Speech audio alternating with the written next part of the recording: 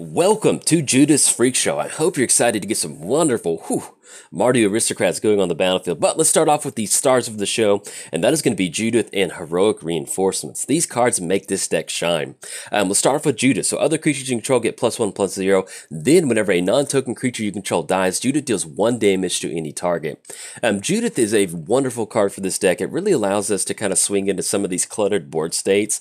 The fact that we can buff our creatures once we get them on the battlefield with that +1/+0, that's always good. Then, once we swing in, if those creatures happen to die, unfortunately in the circus, that's part of circus life, we get to deal 1 damage to any target. So let's say that we swung into a 3/3 creature from our opponent, we dealt 2 damage to them, then we can deal that last damage to that creature, take care of it, we can deal that damage to a planeswalker, or we can just swing in for a really nice alpha swing and swing that last remaining damage at our opponent's face. So whatever that is, we can distribute that damage how we see fit. It's just a wonderful way to kind of protect your aggressive board state from a board wipe, from spot removal, and at the same time just buff them up. And pretty cool looking card too, so it's always fun to get it down. Also, Heroic Reinforcements. This card is so good in this deck. I cannot stress how good this card is. Create 2 1/1 white soldier creature tokens. Then until end of turn, creatures you control get +1/+1 and gain haste. There's so many times where we spend our early game getting our 1-drops out, our 2-drops out. We get down Judith, then we go for Heroic Reinforcements, we get those 2 tokens, and the entire crew gets +1/+1 and haste. That is a wonderful circus right there. Your opponent will be throwing his peanuts in the air and being like, wow, this is so much fun. Not really. They won't say that. Now, as far as the opening acts for Judas Freak Show, we have some wonderful 1-drops. We have Footlight Fiend, which is going to be at the foot of the stage. And whenever it does die, we can deal 1 damage to any target. And then Old Gutter Bones, who lives in a van down by the river. If you don't believe me, look, he's coming out of the water. And check the lore. He lives in a van down by the river. That was in the last Ravnica article. Gutter Bones enters the battlefield tapped, and then for a 2-mana activation, return Gutter Bones from your graveyard to your hand. Activate this ability during your turn and only if your opponent lost life. So this is a really good way to kind of keep some sort of graveyard recursion.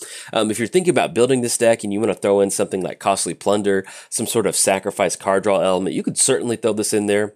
Gutter Bones is definitely a versatile creature for the deck, and you can, kind of use it how you see fit. But starting turn 1 with Old Gutter Bones coming out of the river, that is a good feeling because you have a 2/1, then you get down Judith and it's a 3/1. Oh, it's some good circus right there.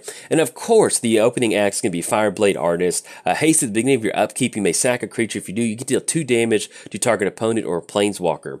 Most of the time when you get down this Fireblade Artist, you're pretty much not really going to be going for that sacrifice element because you want to be swinging in at your opponent. But it really does help to have that 2 damage that you can keep some sort of, let's say your opponent gets down to fair, you want to try to keep it in check and at the same time deal some damage to your opponent, or make it easier for you to swing in.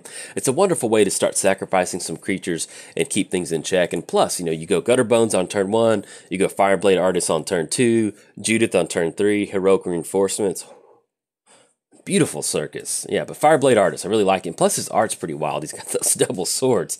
He's very happy to be in the circus. Now, as far as the stage crew, the people who make sure that this circus goes smoothly, that's going to be Midnight Reaper and Priest of the Forgotten Gods. Whenever a non-token creature we control dies, Midnight Reaper is going to deal 1 damage to us, and we get to cash in a card draw. So this is very much like Judith in that it's protecting our investment in the board state. If we want to swing into a kind of a board state that's not good for us to swing into, we can cash that in for some card draw. Let's say our opponent goes for a board wipe or for some spot removal. This is going to be an insurance policy. That way we can make sure that we can really keep that card advantage going and keep that card draw going. And we're playing an aggressive deck, so our life total is basically a resource in this game. It's not going to matter. So let's say that we have 5 creatures on the battlefield, opponent goes for a board wipe, we draw 5 cards, lose 5 life. Unless we're down to 0, it doesn't matter. We can stabilize at 1 if we can by getting enough aggressive creatures on the battlefield to close the game out. And of course, Priest of the Forgotten Gods. This is definitely one of those cards that I love and hate in the deck. There's a lot of times where you have like 3 copies of this and you're just like, man, this is so clunky. It's a 2-drop, it's a 1/2. And there's other times where you just start sacrificing some creatures and you deal that 2 damage each turn after turn, and it just, I don't know. There's different builds you can run without Priest of the Forgotten Gods. This particular video series has her in there, but I think in the future I may end up taking her out. But I enjoyed her. She was a very nice addition to the deck, and the circus was really happy to have her, so that's always nice. And of course, it's going to bring us to Hero of Precinct 1. Whenever you cast a multicolored spell, create a 1/1 white human creature token. So let's say that we get this down on turn 2. We go the Footlight Torch Fiend. We get down a couple of the multicolored spells. We end up with 3 or 4 humans on the battlefield. Then we go for that Heroic Reinforcements. Hero of Precinct 1 is definitely going to be a happy camper once you get those humans on the battlefield. And of course, that's going to bring us to the finale for the deck. That's going to be Final Payment. Like I mentioned, we're playing an aggressive deck. We want to win before Midrange and Control get to establish their lock. So, stuff like Final Payment. You can sacrifice a creature if you want to, or simply just paying 5 life to destroy a creature. That is definitely on par for what the Circus wants to do. And there's a lot of times where that 5 life that you're paying doesn't really matter. If you're new to Magic, if you're new to Arena, you definitely want to treat your life source as your life total as a resource. So cards like Final Payment, that's basically kind of like it's free real estate. Basically just pay that 5 life, get rid of that creature, swing in. By the time you close the game out with your creatures, that 5 life is basically not going to matter. Or if it does end up mattering, you probably would have lost the game anyway. So that's kind of the way to view it. But definitely, yes, treat your life total as a resource. That's going to really kind of help you open up the game of Magic. And of course, light up the stage. This is a Circus. Exile the top 2 cards of your library. Then we get to play those cards. This makes sure that the Circus keeps going and we have a lot of fun in the Circus. Now, as far as the Encore, let's say the people are in the audience, your opponent's like, yes, give me more, I want to lose again. We're running Vindictive Vampire and Slaughter the Strong. This is kind of my little spin on the deck. We can get down Vindictive Vampire as another way to kind of aristocrat the board. Let's say that we've been aggressive turn 1, turn 2, turn 3, turn 4. We get down Vindictive Vampire, and then we go for Slaughter the Strong. The cool thing with Slaughter the Strong is that it says each player chooses any number of creatures he or she controls with total power 4 or less, then sacrifices all other creatures he or she controls. So let's say that we have a really nice board state. We get down Vindictive Vampire. The only true sack outlet that we have in this deck is Priest of the Forgotten Gods, and it's kind of a weird sack outlet. So we get down Vindictive Vampire, we go for Slaughter the Strong, we choose not to keep any creatures, and that's going to be a total board sack, and that's going to be a ton of Vindictive Vampire triggers. Now this is definitely kind of Magic Christmas land, but it's always nice to build contingency plans in your decks to close the game out, because let's say that you are playing against mid-range, you've done your aggro job of really attacking their life total, and then they're starting to stabilize at 1, 2, 3, or 4 life, and that's one of the worst feelings in an aggro deck is when they start to stabilize. Something like Slaughter the Strong with Vindictive Vampire and a lot of creatures on the battlefield will certainly allow you to kind of push past them stabilizing at 5 or less life, because most of the time you're going to have about 5 creatures on the battlefield. But that is going to be it for the deck tech. Hopefully you enjoyed the Circus and stick around and watch the gameplay. Welcome to the Freak Show and welcome to some Mardu Aristocrats. Hope you're excited to get Judith on the battlefield and have a ton of fun. As far as opening hand goes, we've got Old Gutter Bones in the hand and Vindictive Vampire. This hand goes nowhere really quick, so we're going to mulligan. You're going to be pretty aggressive in mulliganing. And we've got Gutter Bones and Footlight Fiend. We have to get extremely lucky with our land drops, but I do not want to go past this. So we're going to keep, and then now put that on the bottom. Hopefully we don't run into something pretty bad. I think is our opponent on the play first? Yeah, they're on the play, so light up the stage. Okay, we'll get down Blood Crypt, and that actually does work out. We're going to pay 2 life. We're going to get down, we'll get down Old Gutter Bones, get him down, and then we'll pass the turn. And if you've ever seen Shameless, my wife's been watching that show, and so I've been basically watching it with her, kind of. Not that I have anything against it, it's just one of those shows where it doesn't really appeal to me that much, but she's had it on enough to where I've seen it a lot. And let's go and push in with Old Gutter Bones. But anyway, Old Gutter Bones, he reminds me of Frank. I don't know why. It doesn't make any sense. But he's just like somebody who just will not die and will not go away. All right, so we do at least hit a land drop. We can go Sacred Foundry, Shock. Yeah, we need to be aggressive. We're going to shock in Footlight Fiend. It would have been so nice to get down this Hero Precinct 1, but hopefully next turn we can get down found that 3rd land source, and then if we get down something like Midnight Reaper, that'll really allow us to kind of end up building up a board state. All right, so we're playing against a pretty unique build. We're seeing Selesnya Guildgates. I guess we're playing against, that's a pretty cool looking Guildgate. I don't know, sometimes you see certain guild gates and you're like, I hadn't seen that one before. Oh, there we go, hit the land drop. Let's get down Clifftop Retreat. And I think at this point, we could go for Midnight Reaper. Let's go and push in for 3. We're going to have everybody swing in. It's going to knock them down to 15. I think we go Hero Precinct 1 simply for the reason that if we hit the land drop, we go for Heroic and Reinforcements. Yeah, we could have gotten down Midnight Reaper, but if we hit the land drop with Heroic Reinforcements, it's going to be another creature. That's something, I mean, it's just too good to pass up. Oh, there we go, Dragon Skull Summit. That is perfect. Let's go for Heroic Reinforcements. That is some beautiful sequencing right there. We're going to get that token down. It's going to give it haste. Swinging with the entire crew. I don't even know how much damage that is, but we'll kind of see. There we go. It's going to put them all the way down to 1. So, even if they do have Gates of Blaze, that's going to be Footlight Fiend, 1 damage up top. Oh, there we go. Thank you. Much obliged, opponent. We're going to have that 1 damage be dealt up top, and that's going to put them all the way down to 0. So you can see how we were able to set that up with Hero of Precinct 1. Beautiful sequencing. And, there's a lot of quick wins like this, so I'm going to be splicing together a lot of these wins. In fact, if you enjoyed the video, like and subscribe. Thanks. Bye. Welcome to the Freak Show, and welcome to Mardu Aristocrats. As far as opening hand goes, yeah, I like this. We've got Isolated Chapel, Clifftop Retreat. We've got Hero. Yes, this is exactly what we're going to see. Unfortunately, the games I've recorded prior to this have been a little clunky, so hopefully we can get down Hero of Precinct 1, and then end up with a lot of creatures. I think that'd be pretty good. And we're playing, oh yeah, it's Mono Red versus Aggro versus Aggro, so I'm really excited about this matchup. Hopefully the deciding factor will be Hero of Precinct 1 in this one, and then we can kind of stabilize from there.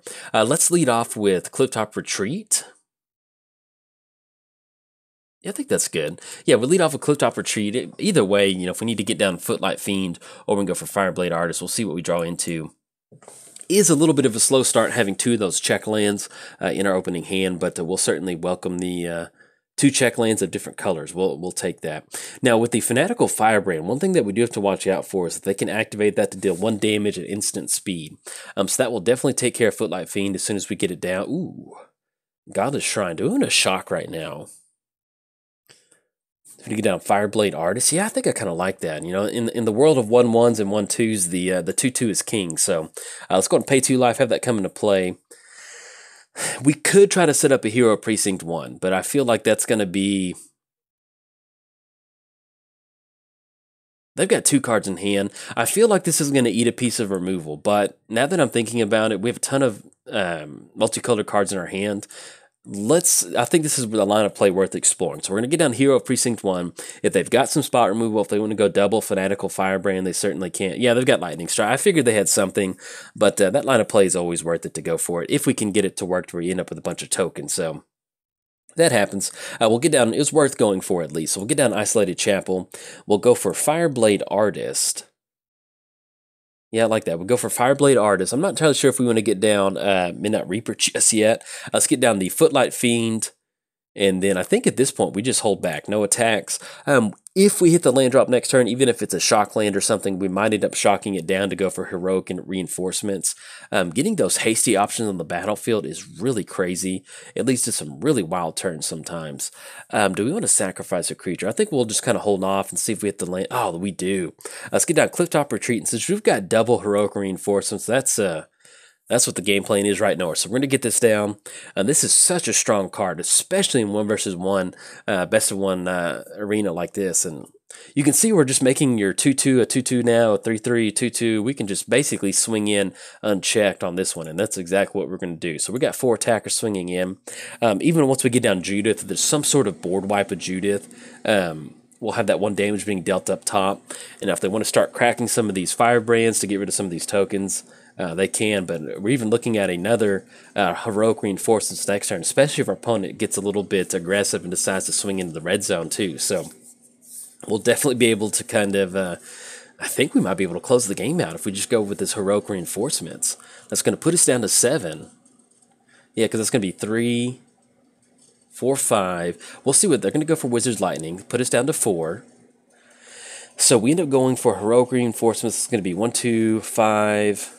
That's going to be 7, 8, 9. Yeah, that's more than enough. We're not going to sacrifice any creatures. They're completely tapped out. We'll go for this heroic reinforcements. Oh, look at that. That is beautiful. We're going to swing in with the entire crew. Got the entire Freak Show swinging across. Knock our opponent all the way down to -3. So good game to our opponent. We're going to be able to outpace the Mono Red Aggro and take a win on this one. So I'll certainly take it. Oh, there we go. Get a rank up.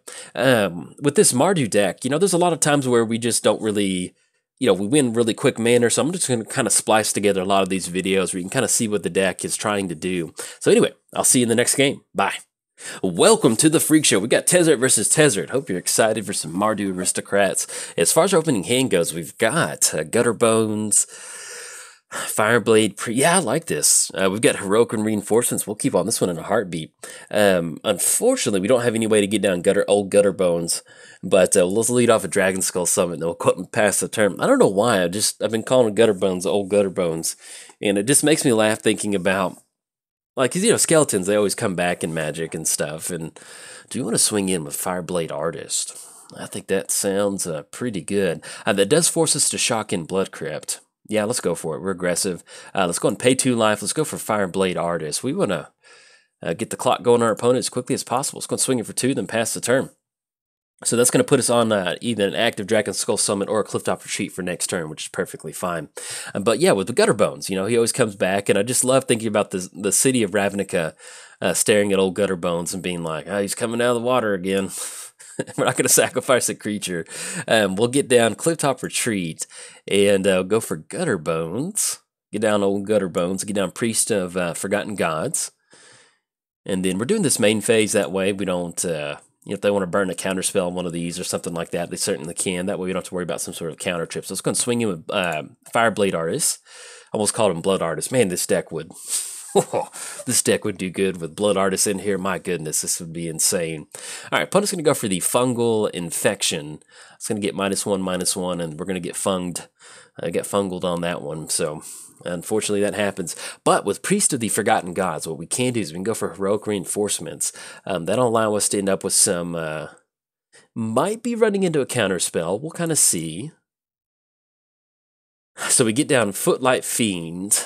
We go for Priest of Forgotten Gods. That'll be another sacrifice, 2 more. Or do you want to try to jam a Heroic Reinforcement? Yeah, I think a Heroic Reinforcement sounds pretty good. If they got counter magic, they've got it. If this sticks, this is going to be really backbreaking for them. So we're going to go for it. We're going to go for Heroic Reinforcements. If we get these 2 soldiers, all right, they do have negate. That's fine. I'll do a few more in here. Let's go and push in with for 3. It's going to knock them down to 15. And then next turn we can deploy out Footlight Fiend, get down Priest of the Forgotten Gods, and then hopefully kind of keep this this pressure up on our opponent. Looks like we're playing against Esper, which is I always enjoy playing against control builds like this. Let's go and push in with our creatures first. I'm going to swing in for 3, and then that'll put us on Priest and then Footlight Fiends on the back end. So that way, if they want to do any sort of combat tricks, they're going to have to do it right now, and we can deploy all of these creatures out on our second main phase. Okay, knock them down to 12. Let's go for Priest. See if this sticks. That might be some sort of absorb or something like that. Let's go for Footlight Fiend. That's going to be a 1/1. And at this point right now, once we get down these Footlight Fiends and we go for an active Priest of Forgotten Gods, we sacrifice these. It's going to be 2 damage up top, puts them down to 10. That's going to be 2 more damage, puts them down to 8. And so you can really see where this deck, especially with Priest of the Forgotten Gods, is really good. Now, if we can find Vindictive... Oh, man. We'll deal that 1 damage up top, but that was pretty... That hurt. That Cleansing Nova. It'll put him down to 10, and then we draw him to Priest of the Forgotten God. So we'll go and get her down. An opponent lost life this turn, so we'll end up swinging in with Priest for next turn, but oh, that was... that stings the nostrils. That really hurt. But anyway, we can bounce back from it. We need to get a little bit of card advantage going, and once we get that happening... if we get down Theater of Horrors, that'll really allow us to kind of start filtering some of our card draw, and then we can hopefully Unmoored Ego. We'll see what they decide to name with Unmoored Ego. More than likely, we'll probably end up seeing Judith, which is, that's okay. We end up seeing Judith come down. Okay, they're going to take, I think they took old Gutter Bones. They're tired of looking at old Gutter Bones. And then... Oh, exile from their hand this way. All right, so we had no cards in their hand, so we get no card draw from that. I guess, yeah, we just simply roll out another Priest, and we're going to swing in with a 1/2. So it's going to push in. It's going to put them down to 9. They do have 3 cards left in their hand. They did exile old Gutter Bones. We're not going to see him coming out of the ravine anymore, and they're going to go for Hostage Taker. So our opponent is definitely really setting the tone as far as getting rid of some of our stuff. Now, thankfully, the Priest of the Forgotten Gods, if we can find some sort of Mortify for Hostage Taker, but the only downside is they were able to immediately get down Priest of the Forgotten Gods. They're able to grab that one. Let's get down Godless Shrine, have that enter the battlefield tapped, and then no attacks from us because that would not be to our advantage. So you definitely see where our Esper opponent is more than likely stabilized, and especially once they get down to Fairy, this is going to be really hard for us to bounce back from this. So we need to sequence chain a ton of things together. Now, one of the things that makes this deck really shine is we have Priestess of Forgotten Gods. We have Midnight Reaper that allows us to cash in some really nice card draw. But thankfully, or not thankfully, but unfortunately, our opponent was able to stabilize with that Cleansing Nova. And now that they've gotten down to Fairy, this is going to be really hard for us. We'll see what we rip into. We'll probably wait at least a turn or two. But once they get to that point to where they've got an active to Fairy, and they're working towards that ultimate, there's just nothing. This deck is designed to do one thing, and that's win as quickly as possible. And so the late game is where this deck does not shine. So depending on what they get down this turn, we might end up scooping, depending on what we see off our draw step, just simply because it's just not going, we're not going to be able to build up any sort of board state that can rival what our opponent has with Teferi over there.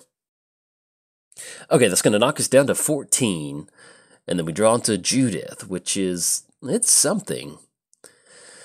Yeah, I guess we get down Judith. I mean, it's probably just going to be a target for Teferi with that -3. If they've got a counterspell, then we'll probably end up scooping on this one, because after that, then there's just not much we can do.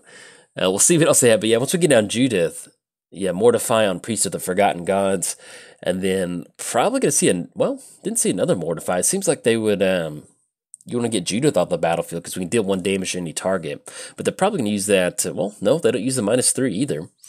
We'll still kind of stick this one out, see what sort of stuff we can go for. Hostage Taker, there we go. So now that our opponent's basically playing our deck better than we can, I think we'll probably end up scooping up on this one, because they've got Priest, they're going to have Judith. Yeah, that's pretty, that's pretty gnarly nice. You got to throw the nice up when your opponent does something cool like that. Okay, and that's going to even give their entire board state a buff too. Oh, you know, our opponent's in heaven, right? I'd be in heaven right now. It's like playing Gonti. All right, there we go. Good game to our opponent. We're going to scoop this one up. We have definitely seen enough. We'll send this one over to the next game. Hostage Taker's going to take it. They took Judith. They took Priest of the Forgotten Gods. Hostage Taker jumped on the stage of the Freak Show and took over the show. Anyway, I'll see you in the next game. All right, bye.